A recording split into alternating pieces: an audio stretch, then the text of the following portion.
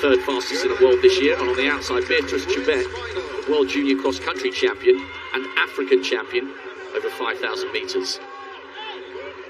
A brilliant lineup.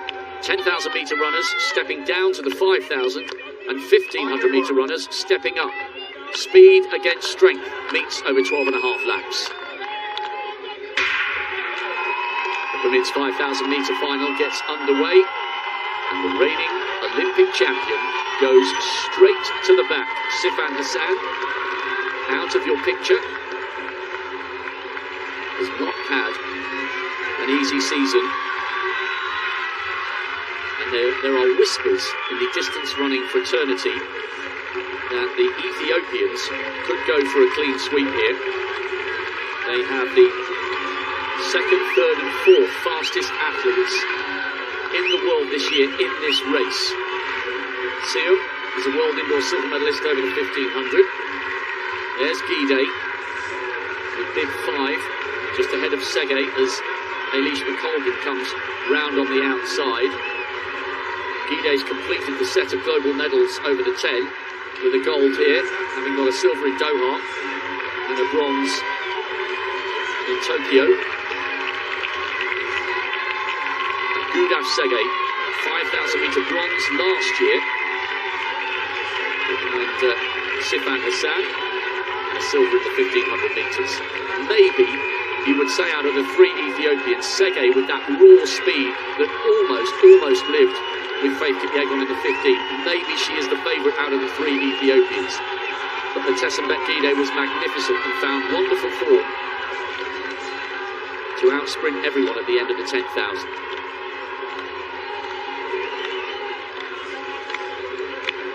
Pretty steady here as they come round towards the home straight. Tanaka will be itching to hit the front. A really gutsy run to qualify, and it won't be long before she thinks, hang on a minute, we're basically tiptoeing here, somebody's got to do something. It's the Tesembek Guide who hits the front. She's having a full-on conversation with Dawit Seum. All three of the Ethiopians conversing. It'd be fascinating to get some close-up shots of that, just to see. It's almost as if they're out for a training run. And the biggest problem when a big pack run like this, Dan, they really are jogging. It's almost ridiculous. Someone could easily fall at this stage. Yeah, they're clear out into the third lane, into the fourth lane, as McCoglin comes into picture. What was interesting, though, was to see the Ethiopians up front having a chat, saying, hey, here's what we're going to do, strategizing during the race.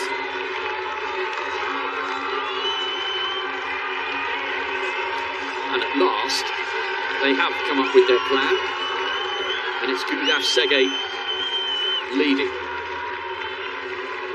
The Tesembek Guide is the tallest of the three Ethiopians. She's in third, with Dawit Seum in second. And now, Caroline Kipkurui of Kazakhstan, formerly of Kenya, seventh in the 10,000 metres. She comes through and tucks in behind Gudav Sege with 10 laps to go. And it's not single file. Now at least we've got a proper race on our hands. It was almost as if everyone was waiting for one of the Ethiopians to decide to go. When they were jogging round to the start of the 1,500 on the back straight on the previous lap, they were almost at a complete standstill. And still on the right of picture, in the orange vest, no move from Sifan Hassan. Great work by the camera crew there to show us Cranny in the centre of that group. The big striding Eilish McColgan just towards the back. That's the gap from first to 15th. That's Beatrice Chebet, the World Junior Cross Country Champion from Aarhus. What a great race that was on a brutal course in Denmark 3 years ago. She now comes up onto the shoulder of the former Kenyan, Kipkurui. Tesembek Guide having another conversation here. They almost look like they're smiling, talking to each other. It's far too slow for Guide's liking, and that is why the long, flowing, striding 10,000 metre champion has decided to hit the front. And I wonder whether this move into first place will be a little more definitive than that of her compatriot Gudaf Sege. Well, for a while there, it looked like Gide was just running, blocking for the leaders. She would surge ahead, and then she would get in front of the Kenyans, and she would slow it down just a little bit. I saw her do that 2 or 3 different times. Now she's up front. She's going to take her turn at leading this pack. So Gide, led by Gudaf Sege, Beatrice Chebet, another 2 Kenyans queuing up. Margaret Kipkemboi is the one on the curb. She got the silver medal in this event 3 years ago. Rory Akite is the less decorated between Kipkemboi and herself. She's just in around about 5th place at the moment. Well, Gide has gone to the front, but she hasn't really injected too much pace. And once again, a little bit of tit for tat.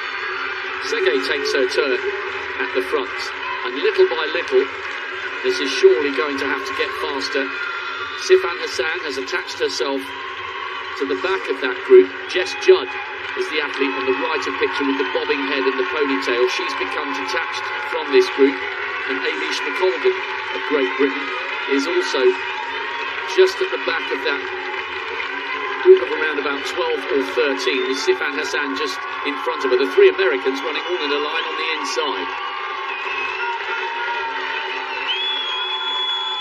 Well, as they get to the 200-meter mark, they're into a stiff headwind, and I think it's probably pretty smart that they almost go single file right there. That is where the wind comes right past the tower and onto the front of that back straight.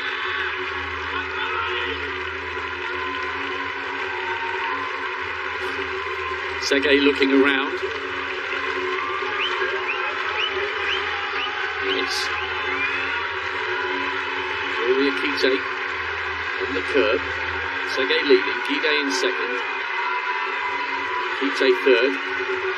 Seum, the other of the Ethiopians, now in 4th. And how often have we seen this at the front of global distance races, male and female? The might of the 2 East African nations, separated by the vast, stunning Rift Valley. If you are a fan of distance running, both Kenya and Ethiopia are stunning countries to visit. There's some fantastic trails. You can get off-road and run in wonderful countryside. And you really feel the sense when you run in Kenya and Ethiopia. You really do feel that you're somewhere magical when it comes to distance running, even if you're just jogging along at 7-minute miling. There are runners everywhere of all abilities, some wearing tracksuits, some running in bare feet.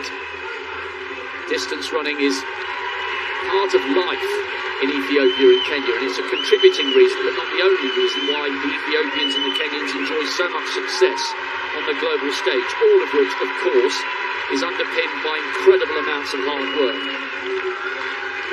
Yes, there is a certain advantage to being born at altitude, but without the graft that goes along with it, the performances wouldn't come.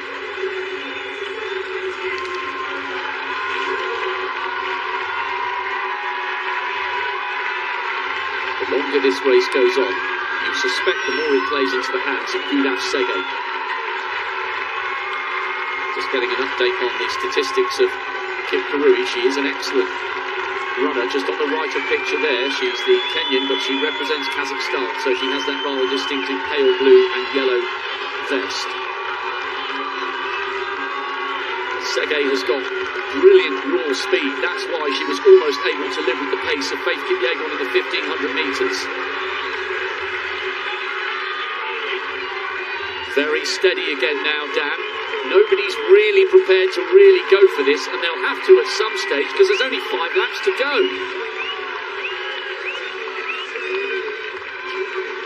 Well, it's interesting, yeah, it looks like a game of cat and mouse right now, but what this is doing, though, is it's also allowing a number of other athletes just to stay in this race. You'd think that the Kenyans and the Ethiopians could just actually pour it on and break away from this pack. But they just continue to lead one another here. Gide, Sege, back and forth, just taking turns. doing the work. Side by side. And now, Letesenbet-Gidey decides to try and inject some pace. She's had a look over her shoulder. Beatrice Chebet is there for Kenya. Kite on the inside. No move yet from the other of the Ethiopians. Dawit Sayum, we've got a world indoor silver over the 1500. It's not a definitive move. She keeps looking round. This game of cat and mouse has to come to the boil at some stage soon. Sifan Hassan is still attached to the back of that group. Eilish McColgan beginning to lose ground. She's just on the right of picture. Gudaf Sege is the second of the Ethiopians. She's not quite as tall as Letesenbet-Gidey, and Gidey looks over her shoulder again and motions with her right arm. Come on, let's do something. And Sege responds, her teammate. Perhaps Letesenbet-Gidey feels the longer they allow the rest to stay in this group, the likelier it is that they don't have the last couple of laps all their own way. The rest are beginning to queue up. Kip Kemboi, the silver medalist from 2019. Don't rule out the other Kenyan, Kip Kirui, who represents Kazakhstan. She's back in around about 5th place with Sayum in 6th. Good running as well by the Americans to stay in touch in this final. Schweitzer and Krani just towards the back of that group. 3 laps to go now, and it still feels cagey. And Letesenbet-Gidey still looking over her shoulder. The Ethiopians have done the clean sweep in 2005 and 2015. Great atmosphere in the stadium. The crowd here are not just interested in sprints, and they're not just interested in American gold, silver and bronze. They've roared for some of the East African nations in the distance events so far, and there'll be a big cheer as they get towards the bell, but there's a little bit of work to do yet. Now Gidey goes to the front. Surely she's going to strike out now. It's fractionally quicker. They had a 71, that's a 70. And Gudaf Sege in second place is having a look at the big screen, and she won't necessarily like what she's seen because all the big contenders are right behind her. And we haven't really spoken about Sifan Hassan, the Olympic champion. She did an unprecedented double in Doha, winning the 1500 and the 10,000. No one's ever done that, and won a medal at the 1500 after winning the 5 and the 10 last year. She was off the podium in the 10,000 metres, but with 800 to go, she's just at the back of that group. 3 Ethiopians, but 2 Kenyans are there, and the athlete from Kazakhstan. Surely this is playing into the hands of the 1500-metre specialists, and if Sifan Hassan can rediscover her explosive speed, maybe she can get herself on the podium here after being bitterly disappointed in the 10,000 metres. Remember, the 5,000-metre Olympic champion has had a hard year, and she started her season late, but Hassan responds. Sege leads from Gidey, Beatrice Chebet and Kip Kemboi are right up there. Kite has drifted off the pace, the third of the Kenyans. It's anyone's race now as they come round with 500 metres to go.